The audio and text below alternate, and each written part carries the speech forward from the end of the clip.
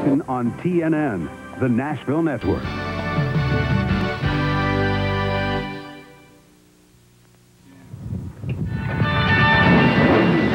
When we fired up winter heat here in Tucson, we promised you non-stop action. In weeks 1 and 4, the new Super Trucks delivered. They ran side by side and swapped a bit of sheet metal as Rick Corelli in number 6 won first. Then P.J. Jones drove his Ford to victory lane. Week number 2, we crowned Winston West champion Mike Chase in number 50, while Ron Hornaday in 75 gave his first hint of winter heat stardom. Coming back from 3 laps down, Hornaday left Garrett Evans in 64 wondering what might have been. Week number 3, and Hornaday puts on another dazzling display here in number 97. After surviving that early crash, he sliced through the field, frustrating Evans at every turn. This week, the Super Late Models step into the spotlight. They've been exciting the fans all winter long with 3 wide racing. And stars Paul Bangard in number 1 and Carlos Serrano, 25, have a score to settle on national TV. But Hornaday's here too, waiting to spoil their party and looking for his 3rd winter heat victory.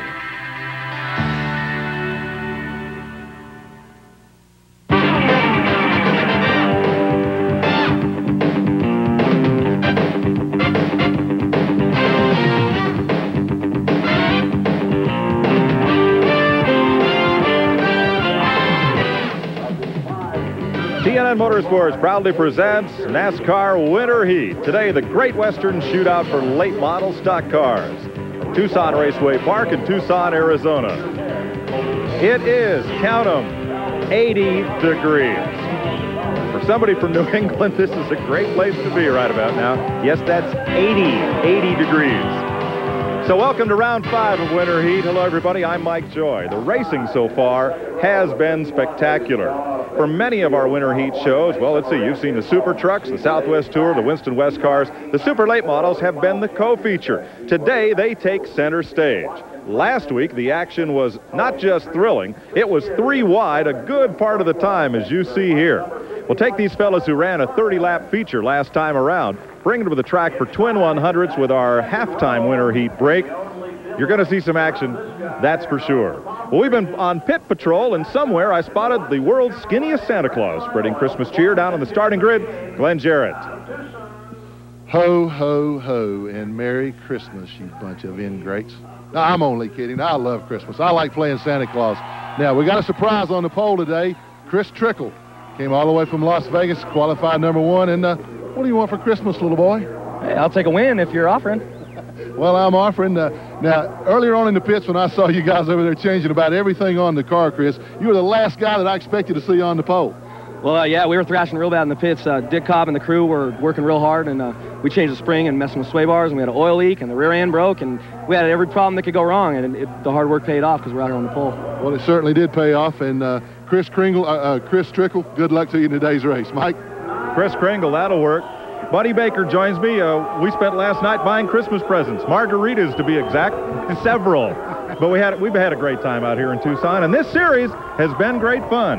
Well, Mike, everybody out there, you're in for one heck of a race. I tell you, practice has been better than most races you'll ever want to see. I cannot wait to see these guys. This is your weekend warriors. They're ready to go to war. There's a good grudge match here, and there's Ron Hornaday as a spoiler. Local Valvoline distributor Jay Freeman's put up $5,000 if any one driver can win 5 of the 8 Winter Heat races. Already he has 2. Glenn, what are his chances today? Well, Mike, Ron Hornaday always has a good chance here. Now, most people don't celebrate Christmas until December 25th, but Ron Hornaday, you've been celebrating it since Thanksgiving weekend. Been awfully good to you out here.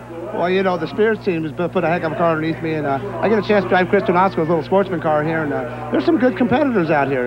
It's going to be great. We're just going to go out there and do the best we can. Well, the best he can do is always running right up front. I don't think he's finished worse than 3rd any time during this series. We'll be back to show you the starting lineup in today's Great Western Shootout. Stay tuned. We'll be back in just a moment. Today's exclusive coverage of the NASCAR Winter Heat Series on TNN is brought to you by Chevy Trucks, the most dependable, longest-lasting trucks on the road. And by Jegs High Performance. Call Jegs when you need quality name brand performance parts.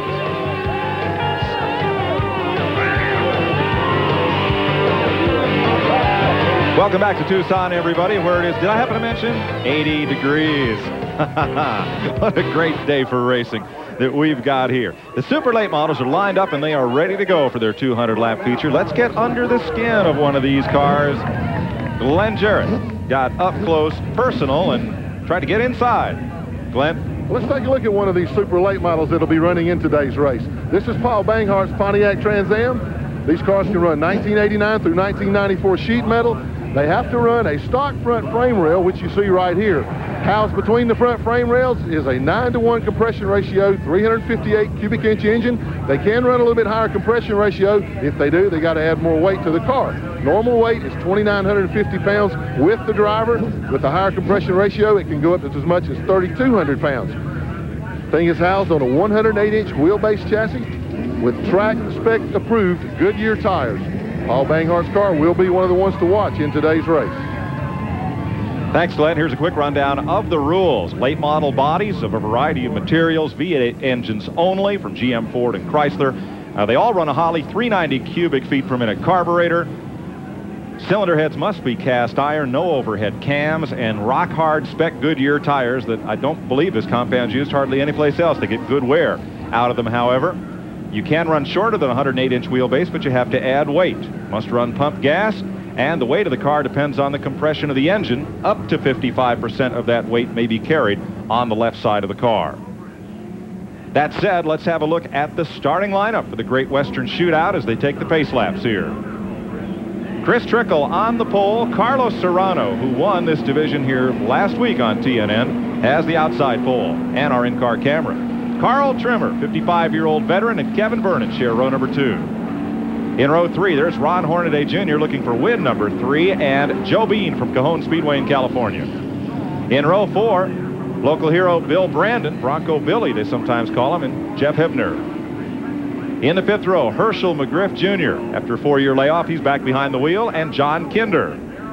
Row number 6, Michael Obrist and Brian Leptic. Back in the 7th row, it'll be Jim Wolfenstein from Nevada and Dan Obrist. Row number 8 is Dennis Fetter and Rod Schultz. In the 9th row, Sean Monroe, Surfin' Sean Monroe and Mike Buckner. Row 10 will be Tony Izzo and Jimmy Hudson. And the bump in qualifying was just half a second off the pole. Kevin Jorgensen took that. Brian Valmelli also in row number 11. From the last chance qualifiers race come Mark Owens and Jim Throckmorton, along with John Sewell and Darrell Fisher. 2 provisional spots for local regulars here based on point standings. Paul Banghart had to take a provisional, and so did Bob Jones. They'll be in the last row. The Taco Bell number 25 on the outside pole, driven by Carlos Serrano, will be carrying our in-car camera. There you have a look at the San Carlos, Mexico tourism-sponsored car. From the right side, there's a look behind at the rest of the field as Carlos gets set to go to work. And we'll also be out the left side as you have a look at Carlos and the 27 drivers chasing him. Well, Mike either love him or they hate him here. They boo him right regular, but he's up front every week. Yes, he is. Nobody who's here a regular is ambivalent about that guy. As in all of our winter heat shows, we'll take a break at halftime, and the cars will go to the back pit area and be able to perform any normal pit stop repairs. You cannot change tires under caution unless they're flat. Change all you want under green. And this race will not end under caution. The last 2 laps must be finished under the green flag. A little bit of last-minute strategy, Glenn Jarrett. Well, Mike, we're looking at Paul Banghart. He's starting back in the last row. You mentioned he had to use a provisional. Now, Paul is one of the weekly winners here, runs regularly and runs really well. They changed some engine and gearing combinations this week. It didn't work out. He qualified way back, and rather than run the qualifier race, he chose to take his provisional spot. They completely changed everything under the car, particularly the rear end. They went about 30 points lower on the rear gearing. So he said he thought the car ought to hook up for him. I think he's going to be one of the guys to watch. It's going to be fun watching him come from the back row. We're ready to go. Green flag flies. Here they go. End of the first turn. Chris Trickle takes a little bit of a lead there. That's very important to get that lead on this racetrack. It's so tight around here. If you slip a little bit, you can get in a lot of trouble. Yeah, but here comes Serrano. He is right down on the bottom, head hunting for the lead. As they complete lap 1, Trickle almost brushed the wall. That's as high as the groove gets, and Serrano's got the lead. Here comes Trickle right back at him. Did we say this was going to be fun or what? Boy, I tell you what, that's a Hornaday move. Everybody's been watching Ron Hornaday make that move, and everybody's making that same move. It's going to be interesting if Hornaday gets up towards the front to see if he's able to make that move on these guys after they're wise to him. Glenn? Well, standing back here on the backstretch, you can see a lot of fluid coming out of the right rear of Chris Trickle's car, number 70. I don't know what it is. I can't tell if it's fuel overflow or not, but a lot of fluid coming out of the right rear of that car right now. Hard to tell from here as well, but we see it there at turn number 2. Glenn, if I was going to guess from that spot right there, that's normally if the car's running a little bit warm and spit water out of the overflow back behind the right rear tire like that. Well, keep an eye on Chris Trickle as Carlos Serrano leads at 4 laps. Last week he led wire to wire, but this week is not expected to be that easy. Banghart's picked off only 4 cars, and Ron Hornaday not making much progress. This is a tough field.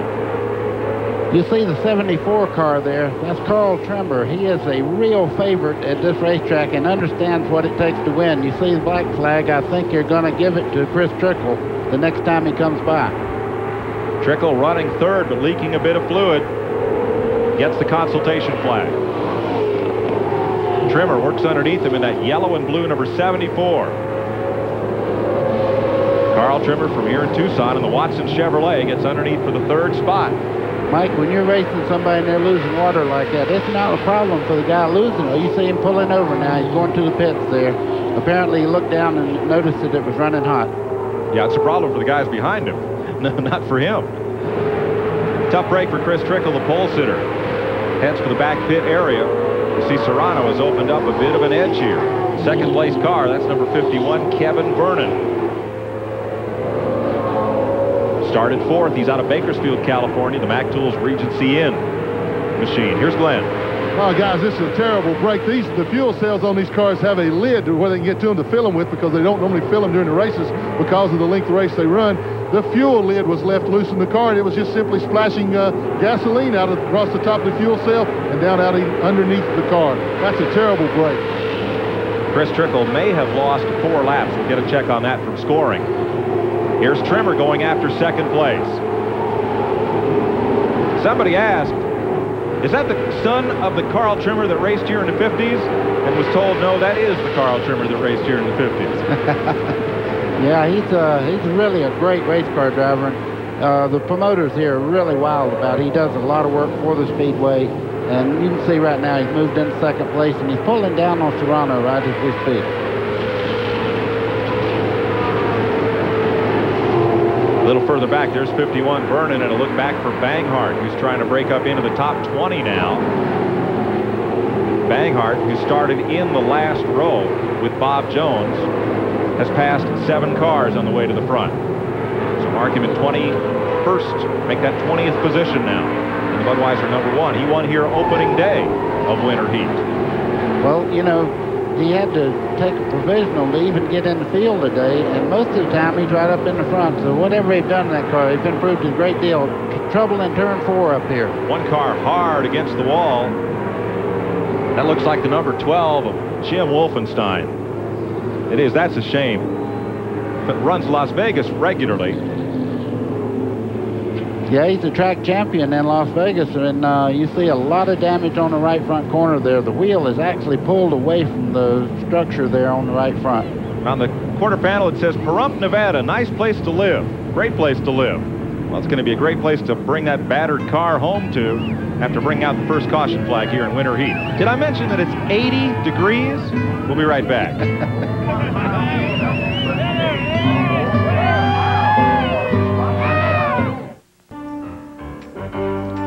For information on a Featherlight trailer or transporter, call the official trailer supplier of NASCAR, Featherlight, at 1-800-800-1230. Big sun-drenched crowd on hand for the Great Western Shootout. And Glenn, it looks like the full moon has come up over Castle Wolfenstein here. Well, it certainly has, Mike. Bit him hard. You can see the severe damage to the right front of Jim Wolfenstein's car. he really hit the wall a ton. And Jim, tell us what happened out there. I need to look for myself to see, because I came in the corner and the car set up real nice, and it just took a direct hard right. So I suspected something gave way in the suspension, or a tire went down, or something in that neighbor. It was nothing I could do. I went for a ride. Well, and a short ride it was. You're a little bit winded. I guess you're okay though. Yeah, I'm okay. It knocked my breath for a second, but we're okay. We'll see if we can go putt around and do something, but we're not going to be in a winter circuit. Second-generation driver. His dad raced at Daytona in the early 70s. Back under green, Hornaday drops to the way bottom of the racetrack. And they may go 3 wide in that corner right behind the leaders. There's Trimmer being chased hard by number 93, Joe Bean. There's Hornaday loose, and he's in the 5 car today, folks, the Valvoline machine. You know, when I first started watching Hornaday run through traffic, he really made me nervous because he'd hang her out a little bit, but that's kind of normal for him. Up front, Trimmer wants the lead. Now, he and Serrano have had a season-long battle here, and they have traded a lot of paint, and tempers have flown. Look at 93, Joe Bean on the bottom. Top 3-point man at Cajon. Oh, we have trouble off turn 2. Ooh. Several cars involved. 44 goes spinning at turn 2. That's Mark Owens, who came out of the consolation race. He and Jimmy Hudson in 95. That's Chris Trickle coming out of the infield there. He was involved in it. He spun to miss the car. And that'll be our second caution of the day. Caution back to the line at lap 24 here. And the scoreboard shows Trimmer with the lead. Trimmer, Serrano, Joe Bean, and the 55 of Bill Brandon, with Ron Hornaday in 5th. You're riding with Carlos Serrano as we go to break. We'll be right back to Tucson.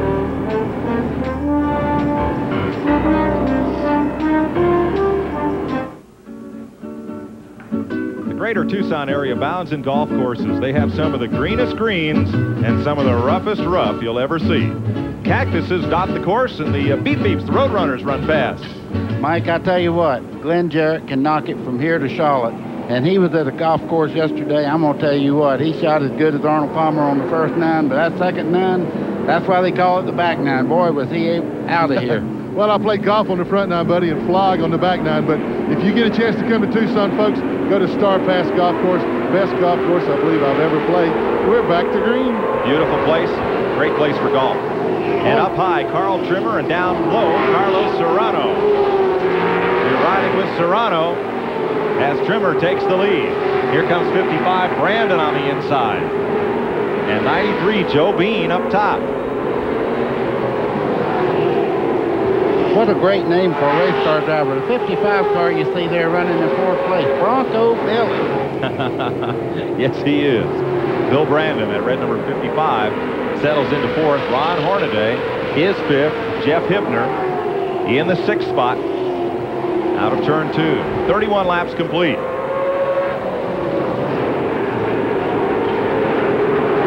You see Hornaday, he's down low there trying to move into 4th place. He's being very, very cautious. It's not like Hornaday to take as much time going to the front. Maybe he's got a little bit of a handling problem early in the race here and kind of working the groove out that he can run fast in. Hornaday is 5th in that white Valvoline trim, number 5. Yeah, he's losing just a little bit of touch with the 4 leaders, buddy. Catches him going into the corner, but it looks like they're beating him pretty good coming out. Boy, that Joe Beam is really running well in the 93 car. He's in 3rd place right now, and he looks like he's got the measure of Serrano. If he can get in under him, I believe he can pass. Bean continues to work the top groove, and now here comes 55 Brandon down on the bottom. There's that red machine of Brandon. One of the local favorites here. The work recovery Brandon Brothers Texaco Camaro. Boy, Trimmer is, he's giving him a lesson today. Serrano pulls right up on his rear bumper in that Taco Bell number 25. But Trimmer, he carries a lot of steam off the corner. Well, he knows how to hook up and really use the throttle for his advantage. He's not going in the corner and getting the car all bound up, so when he does get on the throttle, it really frees up and goes. That's Trimmer. You see up through the windshield, looking from Carlos Serrano's car at the leader, Carl Trimmer. believe he started racing before you did. Maybe before your dad did. Look at Bronco Billy there. Brandon is really moving well there. He's moving into third place. Got a strong horse, and he's riding it for all it's worth. Ooh, trouble on one car up high. That was Bean. Made one miscue there, and both Hornaday and Jeff Hibner, the horse number 27, got by him. A lot of smoke out of Carlos Serrano's car. Oh, he's off the pace. He's going towards the pit. And the fans are on their feet, because here at Tucson, they either love him or hate him. Kind of like Dale Earnhardt. Nobody is wishy-washy about this man. Talented race driver, won here last week, wire to wire. But it's not running as he goes to the pits. Yeah, they waved him goodbye there. The ones that don't like him, the ones that really like him, of course, are very disappointed. But, you know, for every bad thing that happens, I know Bronco Billy's not worried about it. He just moved into second place, and Hornaday's in third now. Bill Brandon to second behind Trimmer in this yellow and blue, number 74. 41 laps down. Now here's the number 1 of Paul Banghart, running right behind the 2 of Michael Buckner, second-generation driver here. Came from dirt to asphalt. As this track was only paved a couple of years ago. Long-time dirt track here in the Southwest. And Banghart, he's been working toward the front, buddy, but it's not easy here. Boy, that's hard for me not to call that Rusty Wallace. That paint job and everything looks just like Rusty Wallace's car. Even the pit crew's dressed just like Rusty's outfit. But that car is Michael Buckner. Looks like Banghart's got him.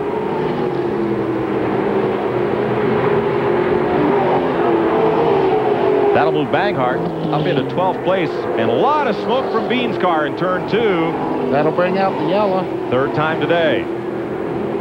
Tough break for Joe Bean. Number 93 out of Cajon Speedway in California.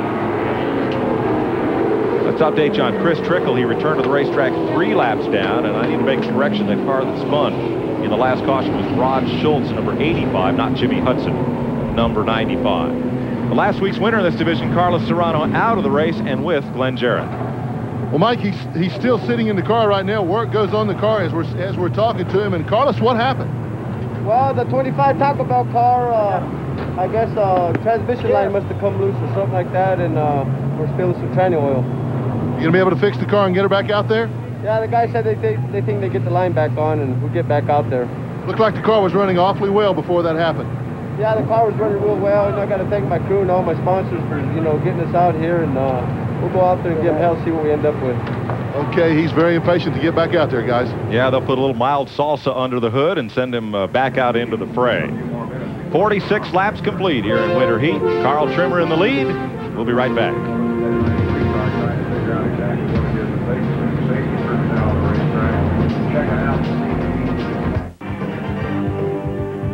TNN's 1-2 punch of racing news tonight at 7:30 Eastern Time. NHRA Today features a look at Top Fuel drag racer Tommy Johnson. And at 8 p.m. Eastern Time on Inside Winston Cup, hosted by Ned Jarrett, a reporters roundtable discussion with a look back at the '94 racing season and a look ahead at next year. Carlos Serrano returns to action. 10 laps down with 49 laps complete. Let's check with Glenn. Well, Mike, they got the repairs done to Serrano's car, as you just noted, and also Joe Bean, who had the problem there when we went away for caution. They fixed his car. He had an oil pump belt come off and was spewing oil everywhere, but they put a new belt back on it, cleaned it up, sent him right back out there. So they used that caution to make the repairs, and we're back underway once again. Michael Obrist rejoins the field as well after a stop in the pits. Carl Trimmer picking up where he left off. Here comes Hornaday for second. Not going to get it this time because 55 Brandon was quick on the restart. Well, you got to be quick here. You can lose about 15 or 20 positions. You get hung out on the outside there, and everybody gets up under you. A lot of sheet metal changing hands down there. 42 gets into 27, and Jeff Hibner goes up to the fence at turn 2. That was the 4th contact between he and the 42 car. Did not hit the wall, but he and 42, Dan Obrist, got together several times. Looks like no damage on the Dixon Shirley machine for Jeff Hibner. 2 wins this year, 16 top 5s, 18 top 10s. Makes a move around the pace truck, and they may check that out in the pits. Oh, he's sponsored by a lawyer, buddy. How could that be good for the driver number 42? Yeah, he has a little cosmetic damage there on the left door and all, where they got together a little bit. I thought he was going to let his temper get the best of him, but he did the wise thing. He went in, fixed the car, and get back out in the action. He'll pull out the fender, sign a warrant, and be right back out. Oh, gosh. Would you run in the back of a car that said, so-and-so attorney? Man, I don't think so. When you're racing, they all look the same. That's right. Dan Obrist, number 42, was the car that got together with Hibner. And it's interesting, Obrist's car is sponsored by Fight Team. That's a line of workout wear and workout gear, training gear, it says. So Fight Team versus the lawyers, I don't know. Here's Carl Trimmer in the Watson Chevrolet, number 74. He is 55 years old, and how long will Carl Trimmer continue racing? Glenn asked him. Well, I've been running for 37 years. I figured my career is, I've had it, and as soon as I can't win anymore, I'll probably give it up. Might be in another century or so. I was just fixing to say, you're doing a pretty good job today. He's one of the fast guys here. Behind the O'Reilly Chevrolet pace truck, about ready to go back to green here. 27 has not yet made it back out. Let's go to Glenn.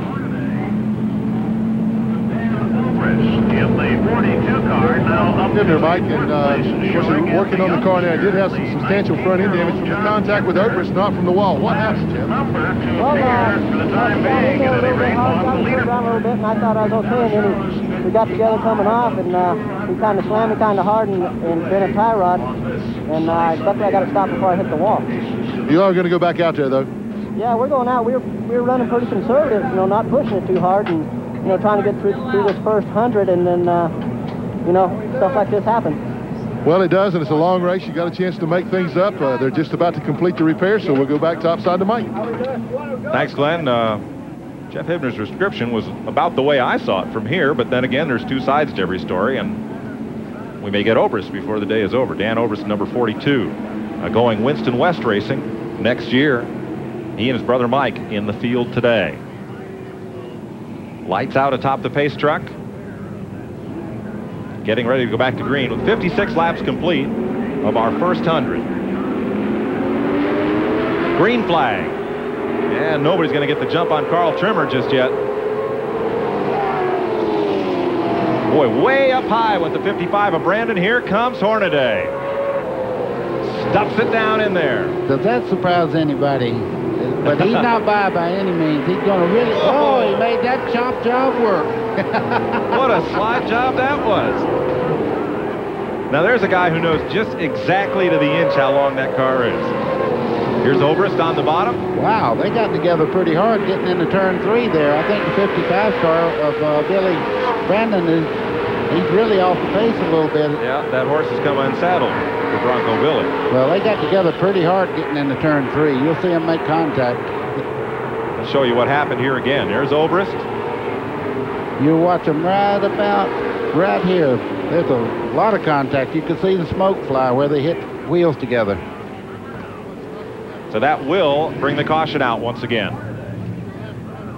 The left front, boy, looks like the upper control arm just caved right in. Yep, just wheels just flopping there. Boy, what would that be? When you put that right front bumper to that left front wheel, things like that happen. And yes, it did. 60 laps complete. We'll be right back.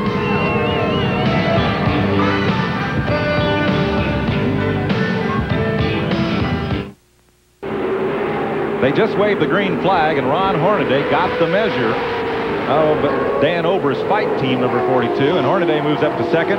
Obrist, well, he doesn't have any right front fender left if he wants to try to get into Hornaday. It's pretty well gone, and he'll settle for third for the moment. Boy, Banghart coming up in the right corner of your screen. He's made it up into the top 8 spots. Obrist might not have much right front fender left, but I'll tell you, he's got a lot of determination. He's under Hornaday there trying to take second spot away. That car is really working. He's getting in the corner about as good as anybody around this racetrack. A little loose there coming out, though. Yes, just a bit. Trying the bottom. Folks, if you've not been with us on Winter Heat, this racetrack is 3/8 of a mile, and it has a progressive banking. 6 degrees in the bottom groove, 9 in the middle, and 12 up top. That's why you see the fast way around is the long way around up in that 12-degree banking. Let's go to Glenn. Well, guys, you're looking at Billy Brandon, one of the nicest guys in this whole division. I met Billy this morning, spent a little time with him. He's awfully calm right now. The damage done to the car when he and Obrist got together, it broke the ball joint on the left front upper control arm. And Billy, awfully tough break. That car was running really well.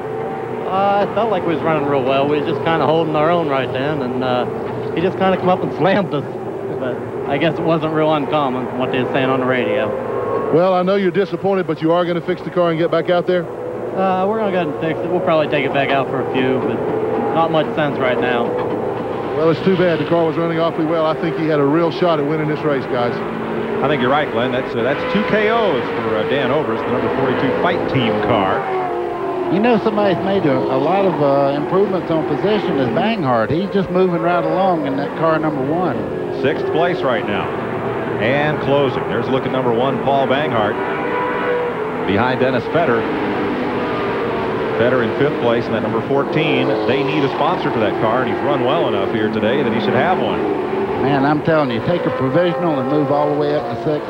That's pretty hard to do, and that car is working well. He may end up in the top 3 or 4. Messed up in qualifying. He was 29th in time with a 15.926. Pole was Chris Trickle's 15.373. And to make the bump, it took only half a second more than that. So Banghart opted not to run the consolation race since he had a provisional spot and started dead last. He's moved into the top 10 and is knocking on the door of the top 5 if he can sneak underneath the 14 of Dennis Fetter. 74 laps complete. Well, Mike, he's got himself in a wonderful spot right here. When we have the halftime break here, I mean, he's in the top 6. He can go in and make what adjustments he needs to make. But that race car is as good as anybody out there right now. Yes, it is. Surfer Sean Monroe from Venice, California. And he really is a surfer when he's not behind the wheel of his race car. Just took his car to the back pit area. That 21 car there, that's John Kinder. He's run quite well all day long. He's been in the top 5 most of the way, and he's leading this pack. But you can see right now, Banghart is moving up. It's John Kinder in the number 21. We asked Paul Banghart. His dad raced against Carl Trimmer. Now you're racing against him. How about that? Carl Trimmer's tough to beat. You know, he was tough for my dad to beat when he was running against him, and I never thought I'd race against him, but here I am, and I'm beating him every once in a while too, you know, so it's good to be racing with these guys, and now we got some big guys in here, and we're learning a lot off them too. But today, Banghart has a ways to go to catch Carl Trimmer, who leads this race at 78 laps. Ron Hornaday in 2nd. Number 42, Dan Obrist in 3rd. Kinder in 4th. Here's the battle for 5th. Well, you see Banghart on the bottom of the racetrack. The one thing he will not do, he will not have the straightaway speed to make the pass. He'll have to do it right now. If he's going to make that move, you see the 14's got the preferred line off the corner, and he pulls about a car length ahead. Banghart right down. Uh-oh, Banghart's got trouble. He's moving to the inside of the racetrack. So not today for Paul Banghart. Here's Glenn. Well, Buddy, just as he made that pass coming off of turn 2, I could see flames come out the back of the car. You could hear it sputter and start popping and carrying on. And now he's gone again. I think the ignition went out on the car. I think Paul pulled up and changed the ignition box. But as he came by me, he picked up speed, and once again it died again. He's definitely got an electrical problem. And as that happens, Carl Trimmer goes by to put Banghart 1 lap down. He won't get the Wide World of Maps $100 for gaining the most positions in this race. What a shame, you know, to get that far up in a race and run that well, have trouble like this. At this close to halfway, too. That's the bad part. He's going to try to tough it out, run these last 17 laps, and then get in and fix it during halftime. You see Carl Trimmer there in the number 74 car. This car is really hooked up. I mean, this guy looks like he's on rails out there. That's Ron Hornaday, his 3rd Trouble, car. turn 2. Uh-oh. Chris Trickle goes around, gets into it with the 4 of Brian Lepting. Whatever happened there, those 2 cars stuck together. They couldn't get away from each other. The Star Nursery, number 70, that's Chris Trickle. He's 3 laps down after starting on the pole. Well, for everything that happens bad, I'm sure that Banghart will try to make advantage of this happening to him. See if he pits during this caution period. 85 laps complete. Everybody okay from that skirmish at turn 2. We'll be right back to Tucson after this.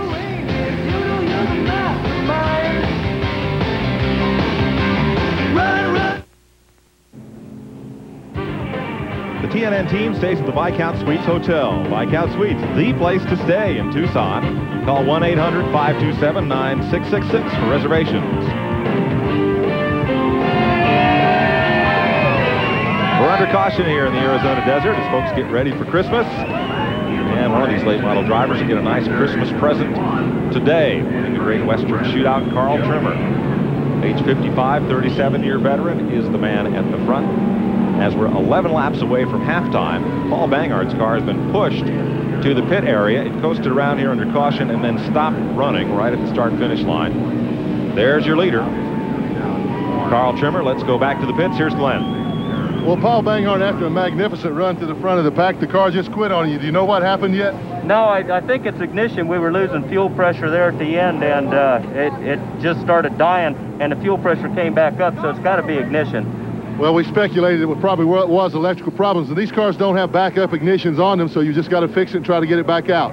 Yeah, that's what it is. I guess they think they got it fixed, so the Budweiser crew's hopefully going to get this thing back out there. Well, as fast as he was running, guys, he may be able to make up some of that lost time. That's too bad. That car was running awfully fast. Talented young driver. Good speaker, good interview. The sound bites he did for us were pretty super. He's got a future in this business. There's Carl Trimmer. And you may see inside the windshield of his car, he's added a rear view mirror, they say for the first time in his 37-year career, late this season. The local track announcer asked him, well, Carl, why'd you put a rear view mirror in there? And he says, so I can see who's banging me behind and be very sure of who it is. Great guy and having a great career. He said he's had his career. I don't think so. He's Glenn, you talked to Carl and asked him about how he felt about being on television? We'll find out here in a second. Yeah, I did. He really wasn't all that excited about it. In fact, all the time I thought he gave me very short, direct answers. I mean, you know, he didn't ever dodge a question, but he certainly didn't use a whole lot of words to answer them. I tell you, he just does his talking on the racetrack, I guess. And right now, everybody's having to listen. Neat guy, and he's got a race to win. He can't worry about television. 37 years in racing. Yeah. I mean, as a driver, that's incredible. And he's out here showing them the short way home today. Still winning. One lap will get the green. 28 cars in this feature event. That means 22 had to go home, and some interesting stories there. We'll try to fill you in on some of them at halftime. At the conclusion of today's Great Western Shootout, we'll present the Pep Boys Quality Pit Crew of the Race Award. That includes a check. Glenn Jarrett will present to one of the crew chiefs. 8 laps to halftime. Hope you're enjoying this Sunday presentation on TNN, and we'll be with you 3 more weeks in January. We're going to take Christmas Day and New Year's Day off. Green flag. Up to the outside comes Ron Hornaday in the Valvoline number 5, working around the lapped car, number 31, Darrell Fisher. Mike, the real important thing right now is not to do anything stupid to put you out of the race, because at halftime you can adjust on these race cars and make them better if you have a problem with the handling. So right now, you know, you wouldn't want to do. You see a lot of oil dry around that corner. They're walking on edge right now. Yeah, turn 2, very treacherous right now. Hornaday, trouble in 3. Around goes McGriff. Got tagged just a little bit by Dennis Feder, and we get a caution. Herschel McGriff Jr. in number 18 doing the turnaround at turn number 3, and with 5 laps to go to halftime, we're under yellow once again. Surfer dude's back out, Sean Monroe, number 48. Here's what happened. Well, you see the 14 car there, Dennis Feder. He gets into him just a little bit, and around he goes, and he was real fortunate he didn't hit the outside wall. There's McGriff, who's back underway in his Thunderbird.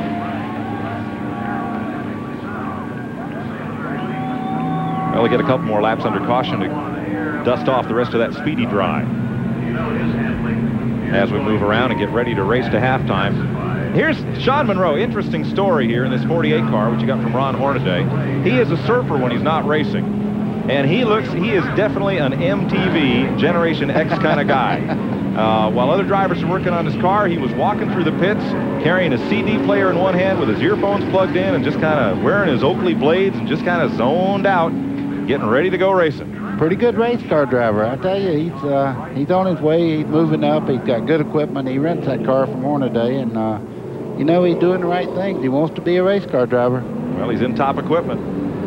He's fared pretty well on some of the occasions here, and we're getting ready to go back to green. 3 laps to halftime. Hornaday way up on the outside, but Trimmer has the timing down on these restarts. Hornaday in the bottom, in the speedy dry, in second place.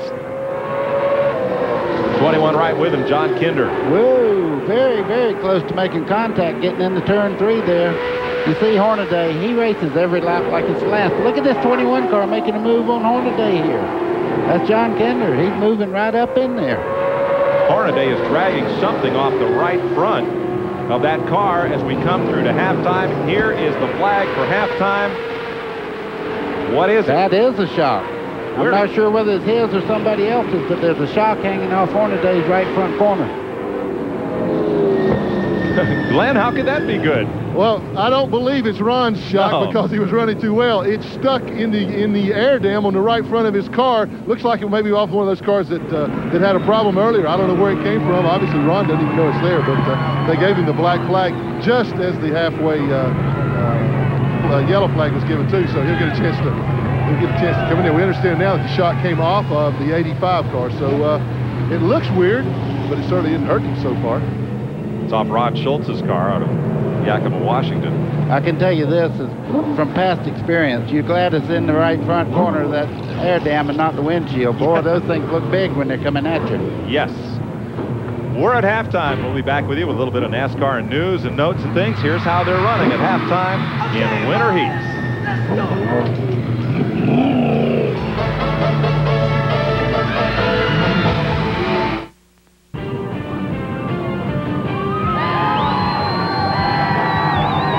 Welcome back to TNN Winter Heat here at Tucson Raceway Park. It is halftime. That big noise in the background is the jet dryer from Daytona that they're using to get some of that speedy dry off the track as we get ready for the second half of competition. Let's go back to the pit area. Here's Glenn. Well, you can see the work being done on Carl Trimmer's car now. They're changing left side tires. Carl got a big drink of water. He's just perched comfortably in the car right now. And like I said earlier on, he doesn't waste a lot of words. And you also didn't waste much time getting to the front, Carl. No, it's that felt good, but don't pay nothing, does it? Well, it hadn't yet, but it's got those other guys paying a lot of attention to you right now. I think you definitely got the car to beat. Well, let's hope so. First I thought I was a little tight, and then towards the end I thought I was loose. So if we knew what we really ought to know about this, we'd be in a lot better shape. Well, I think he knows a whole lot more than he's letting on right now. Carl Trimmer, just like I said, wait for the crew to do the things to the car. They have changed tires. They got a fan cooling the engine off, and he's raring to go again, although he may not sound like it. Buddy, he does most of his talking with that steering wheel in his right foot. He is doing that. I tell you what, man, a few words for a man that lets everybody know he's here today. I'm really proud of anybody that's been in racing 37 years that can come out here and show everybody the way home. He's doing a great job. You know, this battle shaped up pretty much as expected with Banghart coming to the front and Serrano battling Trimmer up front. But, you know, right now, can Trimmer hold off Ron Hornaday in this second half?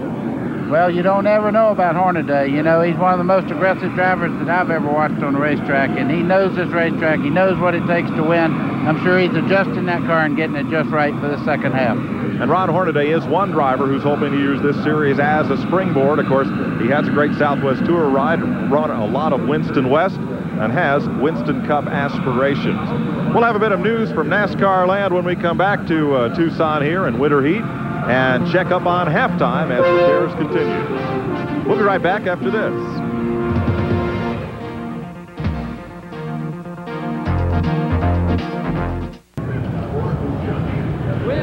Well, they were racing when we left last week, and they're still at it, racing in 187 scale here at TNN Winter Heat out in the desert of Tucson. A lot of activity going on in the pit area. Glenn?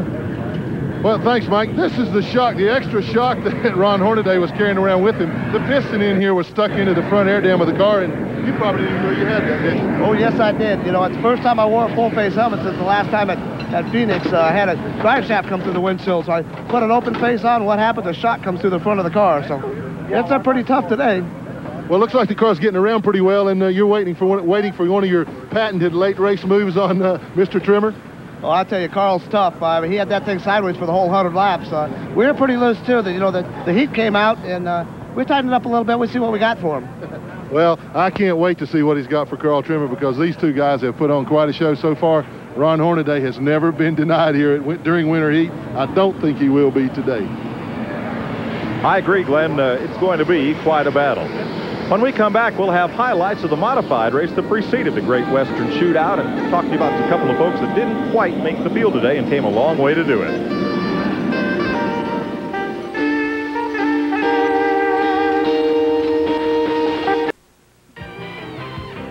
Tonight at 7 p.m. Eastern Time, Sam and Dave will show you how to replace power steering on Shade Tree Mechanic. That's 7 o'clock Eastern Time on the Nashville Network, so get your wrenches out and get ready. Work continues back in the pit area as we take a look at the highlights from the modified race that preceded the Great Western Shootout this afternoon. Watch 55 inside the second row. That is Ron Hornaday in a pickup ride, and Chris Francis is modified. Big spin on the start, and that took Ron Bishop from Tucson out of the show. And they got things restarted once again. That's number 25 spinning, Ron Collum from Phoenix. Well, here's the big move for the lead. That's Tim Scott on the outside. Mike, you can tell these cars have 8-inch wide tires. They got a lot of horsepower, and they turn sideways nearly off every corner. Very exciting racing, but you can see Hornaday not only knows how to win, boy, he made it. Look how close they come right there. That is Darrell Fisher, and he almost collected him. I'm telling you, Hornaday was lucky. That was the caution. This car belongs to Chris Francis, who raced it the last couple of weeks, and coming to the flag, Ron Hornaday lights him up. Hello from Chris to Wendy Miller out of New Bedford, Mass., who's been a big help to him on that car. He's a native of Seekonk, Massachusetts. Put Ron Hornaday in the car today to go for the win. Mike Corning, Tim Scott, Richard Balderson, and Scott Busby from California rounded out the top 5. Good show. Let's check with Glenn. Well, guys, the action has been hot and heavy from Dan Ober's seat. We've seen him get into an altercation with a couple of different cars, but also hot in the cockpit. Pretty warm in there, Dan? You betcha. We've been running a little warm the whole day here. Yellow flags we do not want to see. Well, you've been involved in a couple of altercations with Hibner and also with the 55 car. Was it just racing, or I know things are aggressive out there? We're just having a little fun with the homeboys here. Just a lot of fun out there. I'm not trying to do anything harmful to anybody. Just go out there and get up front. Well, they're trying to cool the car down here now, guys. It running 250 so far. He's been able to maintain that pace, kept it in the top 5 all day. So they're going to see if they can hang on for the finish. Thank you very Thanks, much. Glenn. He's in 4th place right now. Busy at the TNN souvenir trailer here. And it's going to be busy all through the month of January. We're going to take Christmas Day off, New Year's Day off, and be right back here January 8th. And it'll be the 3rd appearance of NASCAR's new Super Truck Series with 3 wide action like this between Ron Hornaday and P.J. Jones. That's live Sunday, January 8th, 5 p.m. Eastern Time from right here at Tucson Raceway Park. 1 week later, it's the Southwest Tour. Here's Ron Hornaday battling Garrett Evans. Boy, did they go at it. I guarantee you, Garrett Evans, nothing he'd like better than to beat Hornaday. They've had 2 confrontations, and he lost both of them. He wants to win now. That's on the 15th. Then on the 22nd, we'll open up the 1995 season for NASCAR Winston West. That's Ron Eson, the McGuire's car, battling the Spears Manufacturing Chevy of Ron Hornaday. They go at it Sunday, January 22nd as we wind up winter heat. Live racing all winter long. And did I mention? It's 80 degrees. Welcome back to Tucson Raceway Park in the Great Western Shootout. 28 drivers started. That meant 22 had to go home. One of the toughest luck stories, Joe Aramindia from San Antonio, Texas, took a 3-day-old van they bought for the family plumbing business, loaded it up 3 a.m. Saturday morning, towed all the way out here, got no sleep, bought a set of tires to put on the car. Now, he'll be in the number 50 car in this shot. Tried to make it through the last chance qualifiers race. got turned around, tire flattened. They're going to put it on the truck and drive straight through home without sleep so they can be back replacing washers and faucets on Tuesday morning. That's dedication to racing, I'll tell you. But nice folks. Sorry they couldn't make the show. 860 miles each way. 14 cars are on the lead lap here at halftime. 100 laps to go. As you're inside Carlos Serrano's car. You know, Mike, you see the sign sticking up there. You'd say, that has to be in the guy's eyesight. But if you notice, the hood in that particular shot right there is much higher than the sign is, so it's not bothering his view a bit. When Jeff Swindell and I ran with Jeff Purvis and Mark Kennedy's car in the 24 Hours of Daytona, that's about all you could see out. The hood of that Camaro was so high there was about a 4-inch slot to see out of. It was kind of like driving well, it looked like driving a tank. It wasn't a tank. It was a good race car. There's something you don't see often. Look at that rearview mirror right on the left side roll cage there. One of those West Coast truck mirrors. As they line up behind Carl Trimmer and Ron Hornaday.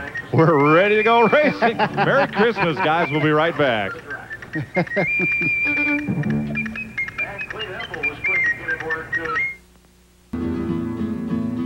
The other day, I took the tram ride up into Sabino Canyon and learned that the saguaro cactus grows only in the Sonoran Desert here outside Tucson. And for its first 40 years, it only grows 1 inch a year.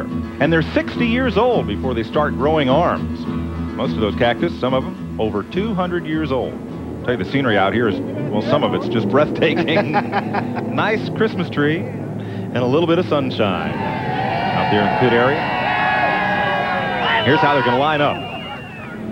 Now the halftime is over. Carl Trimmer is the leader. Ron Hornaday second. John Kinder's had a good race. He's in third. Dan Oberst fourth. Dennis Fetter and Mike Buckner are the front six. Mark Owens, Brian Valmelli, Tony Izzo, Bob Jones, Herschel McGriff Jr., and Kevin Vernon. And Jim Throckmorton, Rod Schultz. Those cars are on the lead lap. Kevin Jorgensen, Darrell Fisher, Joe Bean, and Brian Leptic. Followed by John Sewell, Carlos Serrano, Sean Monroe, and Bill Brandon. Getting set for green. 100 laps of racing left to go in 1944. We're happy to bring it to you live here on TNN. 1994, whatever. Look at John Kinder moving on Ron Hornaday. They're trying to take second spot away. They're side by side going down into turn 3. Could be Kinder's best chance to get a shot at the lead. That's Sam's Town number 21, right on the bottom of Hornaday's number 5. Not the fast way around, buddy, but if he can keep bulling it down into the corner, he may have a shot. Well, you see Hornaday taking that line away from him just a little bit, getting in the corner. I expect that Hornaday will move away from car lengths on him now.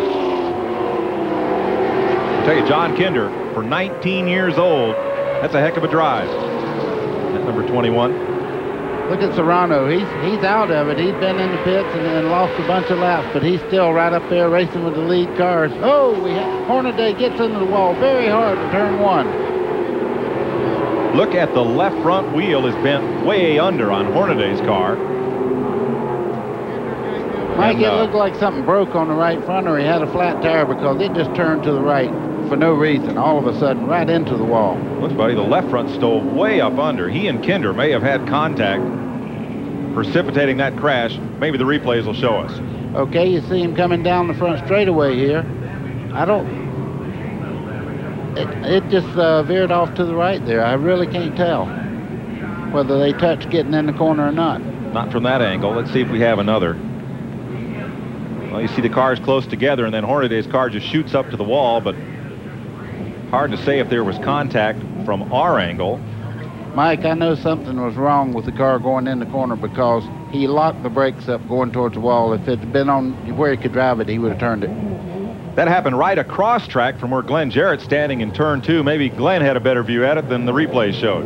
Well, guys, I hate to put the finger on somebody, but from my point of view, it looked like that Hornaday maybe didn't get in the corner quite as hard as what he normally did, and Kinder gave him a pretty good shot. He hit him getting into the corner. It was just an instant, just for a brief instant that he hit him, but as soon as he did, Hornaday's car took off to the wall. I don't think it was an intentional on Kinder's part. Like I said, it looked like Ron maybe checked up a little early getting in the corner, but looked to me like Kinder nailed him. One thing about it, Glenn, when you get to talk to Hornaday, we'll remove all suspicion. We'll know what happened for sure. That'll happen shortly as Ron walks back to the pits. He's okay, but his chances of winning that Valvoline $5,000 bonus for any driver who can win 5 of the 8 features are getting a little slimmer. There are 3 features left to go. And Glenn, as you can see, is with Ron. Well, Ron Hornaday has walked up. Ron, we're speculating whether there was contact when you got into the corner. What happened? Oh, I really don't know. I think when I lifted it, the back of the car still sitting up in the air, kept on going forward. So, yeah, he pushed me down the straightaway a little bit, but, you know, it's real close racing. He really jumped the start there on the restart and got alongside me, so I had to drive extra hard and really burn the tire off the car on the rear. It's just one of them deals. We'll come back. It just really hurt us because 3 in a row, you know. Well, you made a good move on him getting into 3 up there to take the groove away from him, which looked like a real clean move. Do you think maybe it was a payback? Oh, I don't know. I doubt that. I ran pretty good with Bakersfield with him and everything, but no, it's not a payback. It's just everybody wants to win. You know, TNN's out here, and it's just $4,000 to win. So these guys don't get to race for $4,000 to win. So there's going to be a lot of aggression coming out in the next 100 laps here. Well, he said that exactly right. Good luck to you when we come back for the truck races. And, guys, that's an awful gracious loser right there. Mike, we just got a report that they're going to take the 21 car out of the lineup and put him in the back of the field. They didn't like the idea. There was contact. After we looked at the replays, there was contact getting into turn 1. And realize, folks, short track rules are in play here, and at many tracks across the country, if a car brings out a caution, either by cause or by effect, it goes to the rear, and that's where the 21 of John Kinder is headed. Well, there's lots to clean up. It's not quite spring here in Tucson. It just feels like it is. Have I mentioned? Yeah, I think I did. Yeah, you did. We'll be back, folks, to Winter Heat right after this.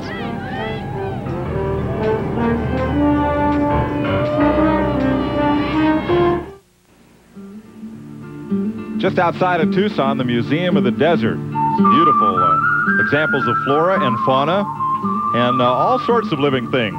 There's our producer, Jim Roller, and our director, Gary Clem. Wonder where I'm working next week. And they call these what, buddy? Javelinas. Yeah, here's our TNN talent. Thanks, guys, in the truck. Well, I'll let you brag on me a little bit. NASCAR reviewed the film of the accident just then and come up with what, Mike? As we did, and had a further look at Ron Hornaday's car. Watch Hornaday's car just before it hits the wall. Now, there may or may not have been contact between the two right here. If there was, it was probably because something broke. Look behind the back bumper. Watch the Firefly right there. He hadn't got to the wall. It's on the left rear corner, it looks like. Something may have been broken on Hornaday's car before he got into the wall. Glenn? Well, yeah, I think it was, Mike, and the reason being, I think Kinder got under him so high, just like Ron said, it lifted the rear end off the car, picked it up so much it allowed the spring to come out. That was a rear spring. I was looking right at it. I still think that he was pushed into the wall. I have nothing against John Kinder whatsoever. It's just the way it happened, the way I saw it. Now here's the other angle. They make contact right there, but he turned him loose way before that spring come out. Problem is, once you get up that high, that track flattens out, and it's hard to make that car turn when you're on the pit access road. Well, NASCAR agreed with me, Glenn. We'll discuss this after the race, but we got a good race going on right now. Regardless of what happens, they have given Kinder the benefit of the doubt, called it a racing accident, and he's allowed to keep his position behind Carl Trimmer. Dennis Federer, number 14 in third, needs a sponsor, it says on that car, and as we've said, he's running well enough, he should have one. Boy, I guess. Look nice how clean that car is. He's running as hard as anybody and does not have a scratch on it. I hope I didn't put taboo on him just then. 86 laps to go. We're back under green. As the 14 of Federer tries to get under Carlos Serrano, and number 9 spins down the front straightaway.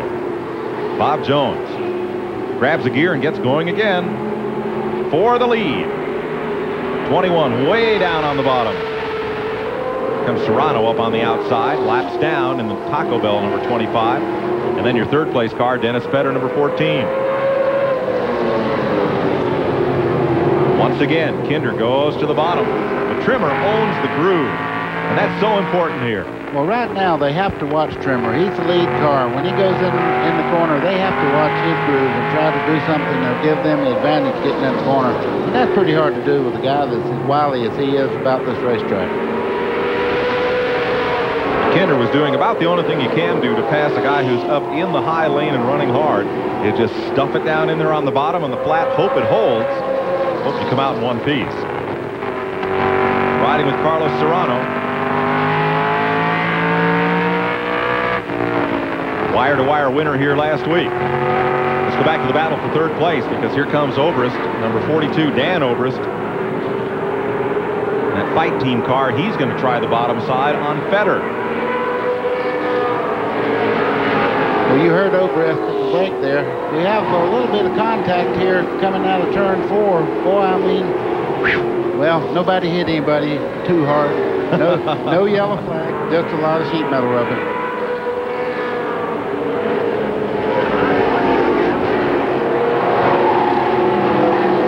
Mike, you heard Obrist a while ago at the break. He said he hadn't run into anybody on purpose. A lot of times on short track, you're trying to take advantage of a position on a racetrack, and you use as much racetrack as you possibly can to keep your momentum going, and you will touch sometimes. And everybody goes, well, he shouldn't have done that. And some days you just have bad days where people...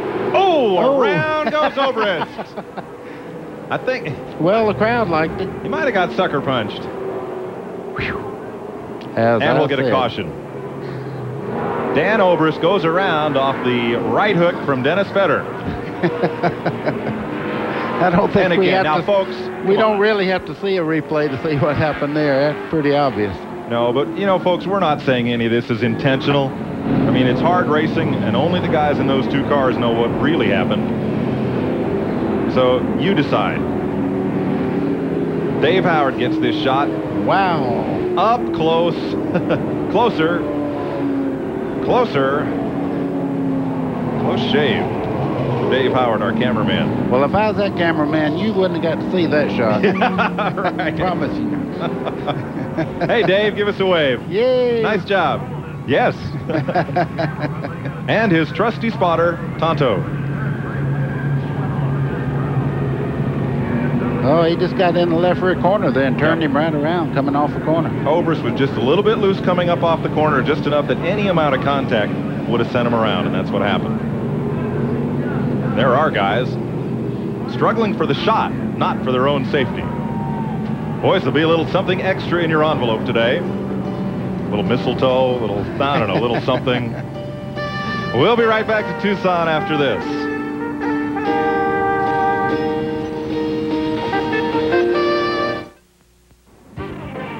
Live up to the minute racing news tonight on Race Day with Pat Patterson, 8:30 p.m. Eastern Time, here on the Nashville Network. Mike, we got a little thing here on the first and second place car. Trimmer was probably track champ of the year when Kinder was born. We are back under green, and this time, Carl Trimmer in number 74 has a bit of a buffer to the second place car. Carlos Serrano is laps down, but he is separating first and second right now. Paul Banghart's back in the race as well. Well, here's Serrano getting one of his many laps back. He is down 10 laps. Make that, well, I was going to say make that 9. If there's anybody who can find the measure of Trimmer, it is Serrano, not this time. Boy, oh boy, I hope he don't make contact on racing that many laps down. I tell you what, that would be unpopular. Well, out ahead of the second place car now. But perhaps Kinder could go to school on Serrano. Serrano can find a way by the leader. Maybe that'll be of use to Kinder. You know something, though. Serrano went in and fixed his car. He had one of the fastest cars on the racetrack, and he's out there running right now. I'm sure his sponsors are proud that he went back out and he's put his car up front. He's getting a lot of coverage that he wouldn't have got if he just said, well, heck with it, we can't win now. And he's running quite well, not bothering anybody. A lot of fun to watch. Yes, he is.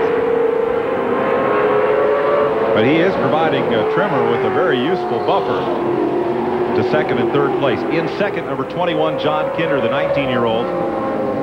And they're posting in third, number 44, Mark Owens. We'll double-check that. Boy, Mark is flying right now. He's moving right up. A lot of smoke from the 2 car. As Buckner, as he'll go to the pit area.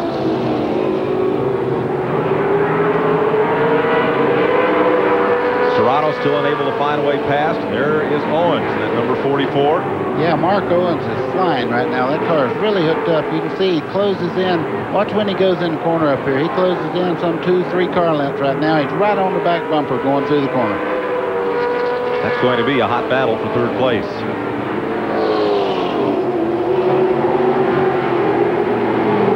Whatever he did at the halftime, he has certainly improved the handling on that race car. Well, he was in 7th at the halftime break. Glenn? Well, guys, you know, he got into this race by winning that last chance qualifier. They're the guys that came all the way from Montana to run this race. When he came in after winning that race, Mark never got out of the car. The crew immediately jacked it up and went to work on it. He told them some things they needed to do on it. And the very same thing happened during the halfway break. I ran by him and saw him working diligently. They have figured this place out. They've never been here before. The more laps that he runs on the racetrack, the faster he goes. Right now, I think once he clears Skinner, that he's going to be able to put some heat on the Trimmer. Well, the one thing he's got to watch out for, Glenn, right now is he's really leaning on those tires, but they do run a hard compound in this particular race, so leaning on them really won't hurt him that much. You see him clearing there for 3rd place. Second place. Take that second place. 61 laps to go. But he is in enough time, that's the question. Well, I think he has the race car. The biggest thing he has to do now is hope he gets a good break in traffic and somebody maybe holds Trimmer up just a little bit and he can close in, because I think he's as fast, but he's got a lot of racetrack to gain. That or a caution flag would catch him right up with the leader. 59 laps to go. There is your leader, 74. Carl Trimmer limping down on the bottom is 31 Darrell Fisher, and the 66 goes to the back pit area, John Sewell in the Formula One machine.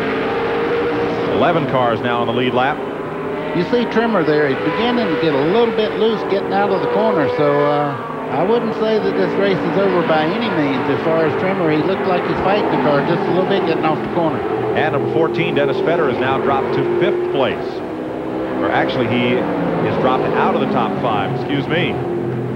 Ran real well in the first half of this race,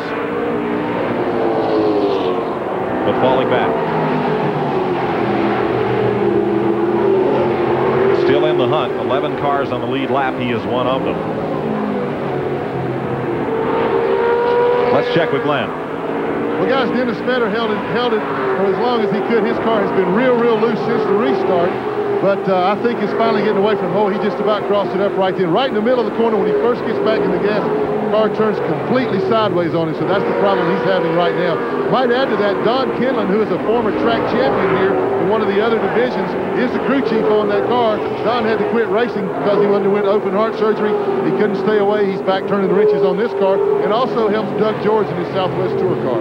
Thanks, Glenn. Fetter is having 7th unofficially. Moved the number 7 up into 4th spot. And the number 18 of Herschel McGriff Jr. into 5th.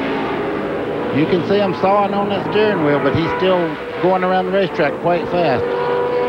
Herschel McGriff Jr. is doing a great job. You've seen him spin earlier in the show today, but he's got that car hooked up and he's moving through this traffic quite well now. It's McGriff, number 18. Works to the outside. Now 55, Bill Brandon had spent a lot of time back in the pits.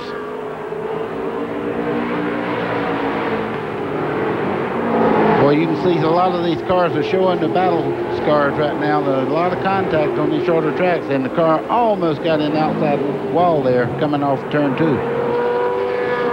There's that 7 car that's in 4th place, Brian Balmelli from Chehalis, Washington. Track champ at South Sound Speedway in Washington State. That's that maroon car. And McGriff right behind him is the 5th place machine, number 18. Just ahead of them is the white number 85, who is now carried as the 4th place car. That's Rod Schultz. Here's a look at Rod. Got in an early altercation. Track record holder up at Yakima, Washington, and top 5, 1993 at Tri-Cities. So there is 3rd, 4th, and 1 car back, 5th place. Schultz, then the 7 of Balmelli, and then the 18 of McGriff. McGriff is having the time getting right through lap traffic right now, but the car is hooked up good. I think he'll move up in the top 5 here and be able to maintain a good spot. Remember that 85 Schultz was the car that lost the shock absorber that ended up in Ron Hornaday's air dam. Just before the halftime break, they made repairs, got him back out. 46 laps to go here in the 1994 racing season. On TNN. We'll be right back with you January 8th, 3 weeks from today. As we watch this battle, Carlos Serrano has gotten 1 of his 10 laps back. He is in 19th position unofficially, 9 laps down.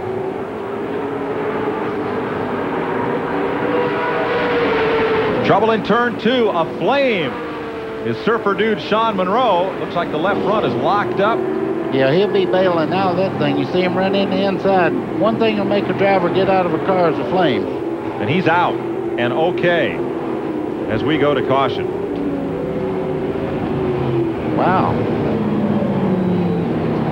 Sean Monroe having a real flare-up right in front of Glenn Jarrett at turn number 2, but he is okay.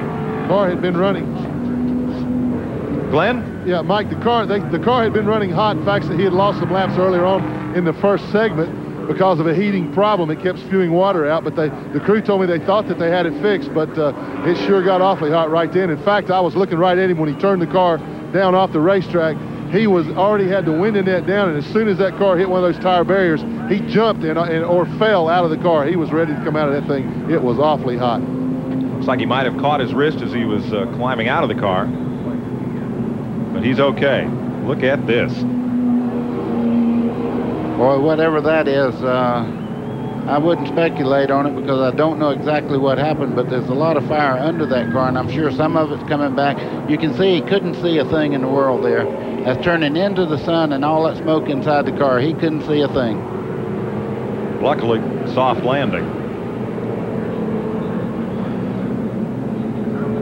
Yeah, he's planning his getting out of there right now. You watch him come out. He's out of there very quick.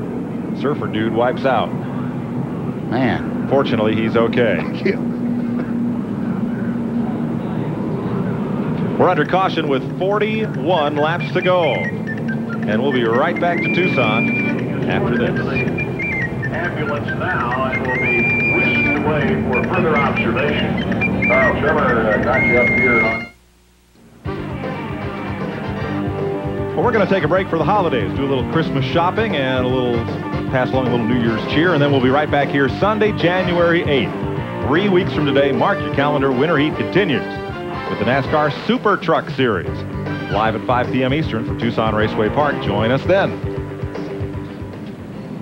This copyrighted telecast of Winter Heat is authorized under broadcast rights granted by Tucson Raceway Park, is intended for the private use of you, our audience. Any retransmission or reuse of the pictures, accounts, descriptions of this event, or the snide commentary in between, without the express written consent of the Nashville Network, is prohibited. We have to say that.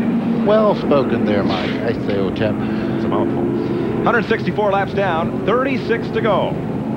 Carl Trimmer out front. Mark Owens in second place. You know, this is the break he needed to close in there on Trimmer and maybe make a move on him. The only problem is he's got the number 4 car of Brian Leptic in between them. Well, we'll see if he can take advantage on a restart. Quickly to Glenn. Mike, they took Sean Monroe out of his car and put him in an ambulance to transport him to a hospital. He does have a burn on his left hand, left wrist. He got out under his own power, was talking to his crew. He's okay. They're just going to take him for precautionary measures, but he is okay. We're green once more. Thanks, Glenn. And this time, 4 wide into the corner. Where did the 85 come from? That white car is Rod Schultz. And suddenly, 44 Owens finds himself with company for second place. Boy, he didn't get a very good start there, and he's losing position. Trouble on 21. John Kinder has McGriff right behind him. He fades to 4th as they settle in. Now here comes 85. What a move on the restart by Rod Schultz from Washington State. Snookering the Montanan, number 44, Mark Owens, for second. Well, Schultz's car is not the most pretty car that I've ever looked at, but it's getting the job done right now. You see him on the bottom of the racetrack. He is really going well. That's the 18 car of McGriff there that you're looking at. And there's the 95 up in second place and now chasing Carl Trimmer. Well, they're cheering for him at the Finish Line Lounge in Libby, Montana. That's his sponsor. And he is closing in on Trimmer now that he's gotten by lap traffic. Battle continues side by side there at 3rd, 4th, and 5th place as they work around the 55 of Brandon. 3rd is Owens in 44. Yeah, John Kinder was running so well in 21 car right at the first of the race, but he's losing a little bit of the handle on that car, and he's dropping back through the field. McGriff right behind him. Banghart's part of that battle as well. although many laps down after that ignition problem. Let's check with Glenn. Buddy, you were talking about how loose, or how Kinder's car seems to be going away from him. His car is very loose, and when he's having to run down on the bottom of the racetrack like he was in all that traffic, it really was cutting up with him. But now that he's able to move back up on top, it helps to stabilize the car a little bit, and I think you'll see him move back up on Mark Owens' bumper. He was putting a lot of pressure on Mark right before that caution to try and retake second place. Second place is a battle. Look at Trimmer's opened up a lead because 95, Rod Schultz got way up over the cushion, rather 85, way up and over the cushion in that white car at turn 2 and fell right back into the clutches of 44, Mark Owens. Well, Mark Owens' car seems to run better after a few laps on a restart. He does not run quite well when they first start back. The car is set up for long distance running. That's the 44, Owens, the red car. And you can see again, 85, Schultz. Schultz is a bit loose off the corner.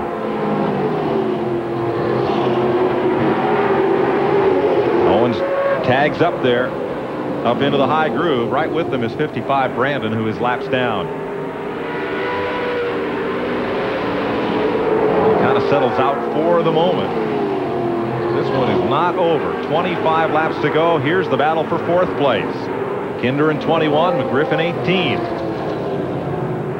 Well, McGriff's car is really hooked up on the bottom part of that racetrack. You see him trying to make a move there. The 21 car, though, of... That's Kinder.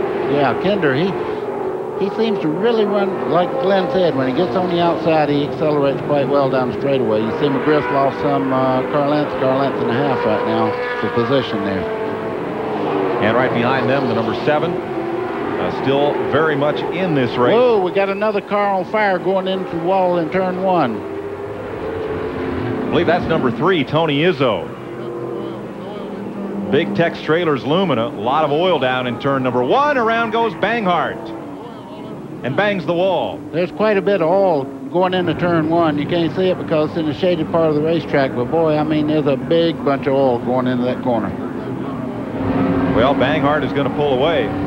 Something happened to Tony Izzo's number 3 that had dumped a lot of oil down that front straightaway.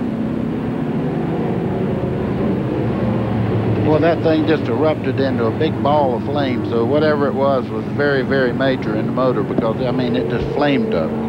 And we've got a whole new race again. Man. 21 laps to go. Nothing's easy in racing. I tell you, the time you think you've got a good lead and everything's going just right, and the caution comes out and it's all erased. You'll see a little bit of it here as Tony Izzo's headed for the wall in a cooker. Boy, that don't look like much, but I tell you, when you're riding in one and you look up there and that flame's going over the hood like that, not too good. No, definitely not. Hoyt couldn't fix that one. There's Tony, he's okay. Got your Christmas shopping done? Look at this guy. He's well trained. He's already put his hat on and everything. Yeah. He's already ready for his interview with Glenn, and when he does get out of there. I got to know, buddy, you got your Christmas shopping finished? Man, I don't ever get ready for Christmas. It just happens around their house. I'm the worst shopper in the world.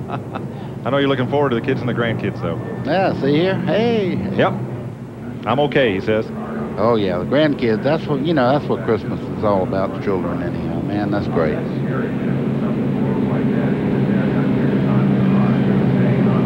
We have 20 laps to go as they hook up to Tony Izzo's car. Now, if we have a restart with 10 or less laps to go, they'll line the cars up single file and put the lead lap cars in line ahead of everybody that's laps down. That would be a shootout. Man, that should be happening too, because I really think right now we have several cars that are just as fast as Trimmer, but I'm not sure they have the measure to take it. On the lead lap, Carl Trimmer is the leader, number 74. In second is Rod Schultz, who came here as 95. They renumbered him to 85, the white Camaro. In third, number 44, that's Mark Owens. In fourth is John Kinder, the 19-year-old. And in fifth, Herschel McGriff Jr., who's back behind the wheel after 4 years as crew chiefing. Brian Balmelli is still on the lead lap, so is Dennis Feder, Kevin Vernon, Dan Obrist, 42, and Bob Jones in number 9, who started tail end of the field on a provisional. Those 10 cars are on the lead lap with 20 to go. 20 to go. Tell you, hats off to the safety crew here at Tucson Raceway Park. They have really had a busy day. They have that. I tell you one thing, though, they're very well equipped here. They have good firemen. Whatever happens around here, they're prepared for it. You notice now, there's one of the fellows. You notice they're all dressed in at least double layer Nomex with the hood and the gloves, fire extinguisher. They jump and wade right in and do a great job. 17 laps to go. We'll be back after this break.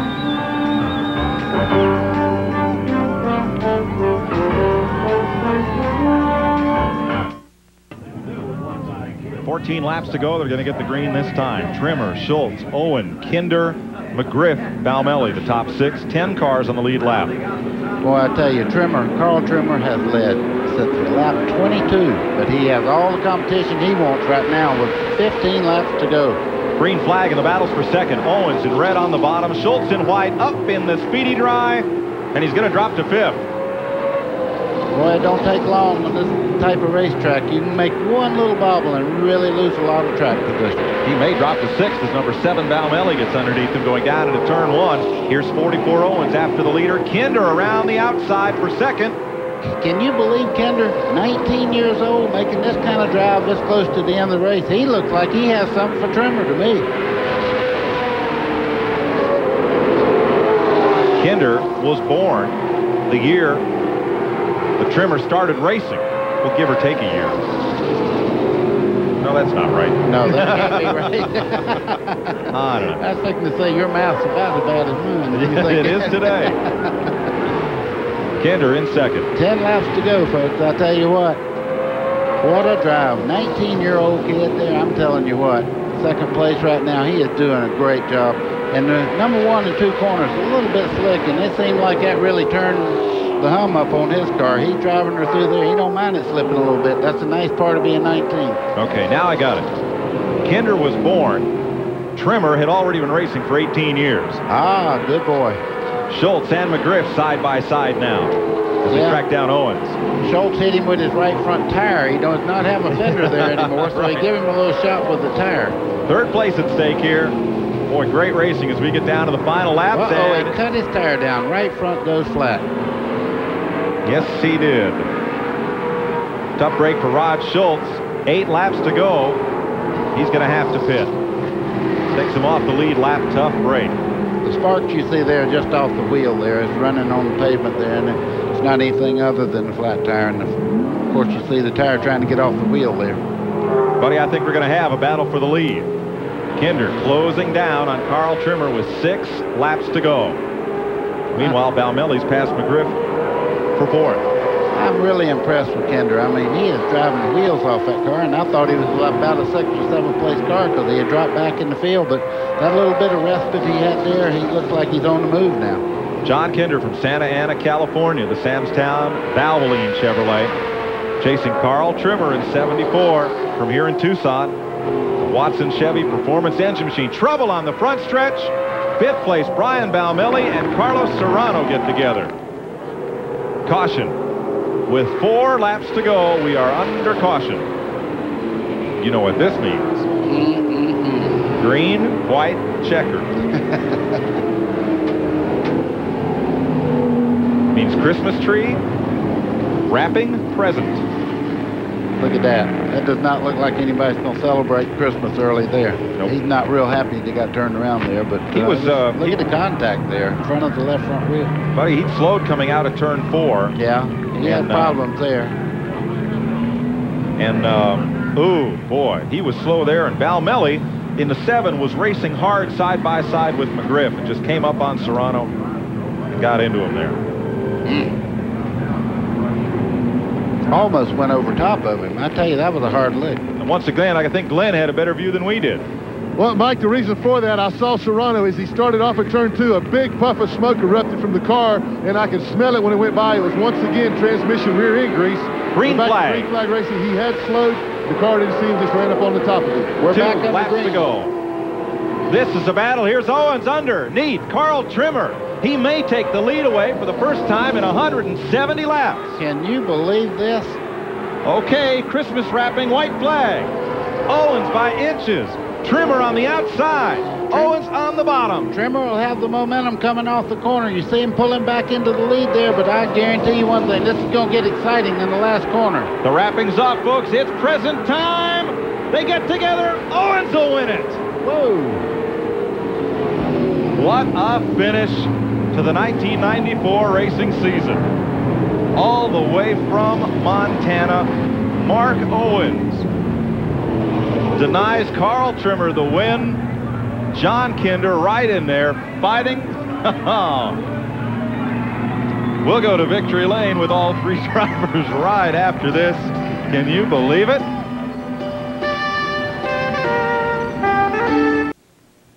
Today's exclusive coverage of the NASCAR Winter Heat Series on TNN has been brought to you by Chevy Trucks, the most dependable, longest-lasting trucks on the road. And by Jegs High Performance. Call Jegs when you need quality, name brand performance parts. What a finish, what a finish, what a finish. Owens leads the last 2 laps and rolls into victory lane with a flat right rear tire. Glenn Jarrett is with the winner. Mark Owens, what a fantastic finish this weekend. I can see the excitement, the tremble in your face right now. That was a great finish, man. Thanks, man. We had a lot of fun here. You know, these boys down south get they kind of get the media attention. We kind of run respectable up north there, so we just thought we'd come down and try her out. Well, it couldn't have been any better for you. The move you made on the restart. We're going to show that the move you made on the restart in the last lap. Tell us what went on from your perspective. The lead car there, I'd kind of been watching him for about 10 laps, and it looked like he was picking up a push in the front end, and I just kind of bided my time there, and I figured with a couple laps to go, it was time. Well, congratulations again. A well worth it trip from Montana for this guy and their crew. We're going to give away the Pep Boys Award here in just a moment, Mike. Then it'll be an easy drive home. 1,600 miles to Montana. Won't be that far for this team. Boy, what a great drive. I tell you what, when it counts, you have to go. So Owens wins it. Carl Trimmer is second. John Kinder, Herschel McGriff Jr., and Dan Obrist finished 5th. Second and third were half a car length apart. Dennis Fetter, Brian Baumelli, Bob Jones, and Kevin Vernon all on the lead lap. Glenn. Well, very happy, victorious crew chief Chuck Carruthers. On behalf of all the Pep Boys stores across the nation, we want to present you and your crew with the Pep Boys Quality Pit Crew Award for outstanding automotive service. You guys did a heck of a job getting this car ready. Well, thanks a lot, Glenn. We really appreciate it. These boys from Montana really work hard on this car, and we really appreciate the things that you guys do for us down here. And, boy, we love coming down here. Well, you got the plaque there and a check for $500 made out to you. Don't let Mark have any of that money. No, I'm not going to let him have a cent. Matter of fact, we're taking her all back home with me. Okay. Very happy crew down here, guys. Well, Mike, Trimmer led 177 laps. Owens, too. Oh, well. Tonight on TNN, Shade Tree Mechanic at 7 o'clock. How to fix your power steering. NHRA Today inside Winston Cup and Race Day. TNN brings you more auto racing than anybody else all winter long. We've had a great amount of fun in 1994, and probably no more than we've had here in Tucson. We're off to Berkey's for Margarita, folks. Have a Merry Christmas from Glenn Jarrett and Buddy Baker. I'm Mike Joy. Merry Christmas, everybody. We'll see you January 8th. Happy holidays, everyone.